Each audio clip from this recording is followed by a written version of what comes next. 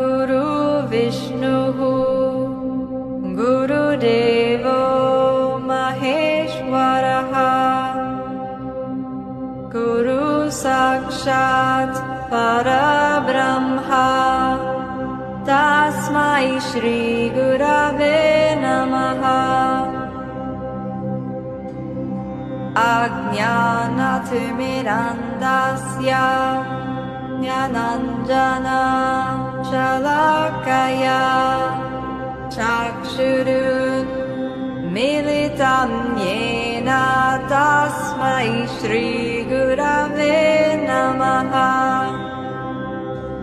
अखण्डमण्डलाकारं व्याप्तं येन चराचरं तत्पदं दर्शितं येन तस्मै श्रीगुरवे नमः।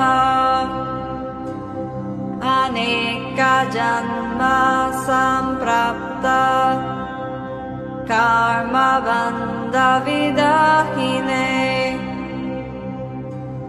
आत्मज्ञानप्रदानेन तस्मै श्रीगुरवे नमः। ज्ञानशक्तिसमाहृता तत्त्वमालविभूषिता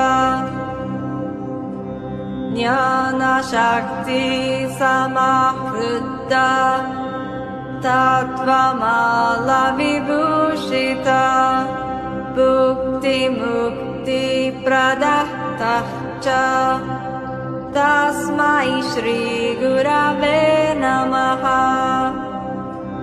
मनतः श्रीजगन्नाथ मद्गुरु श्रीजगद्गुरुः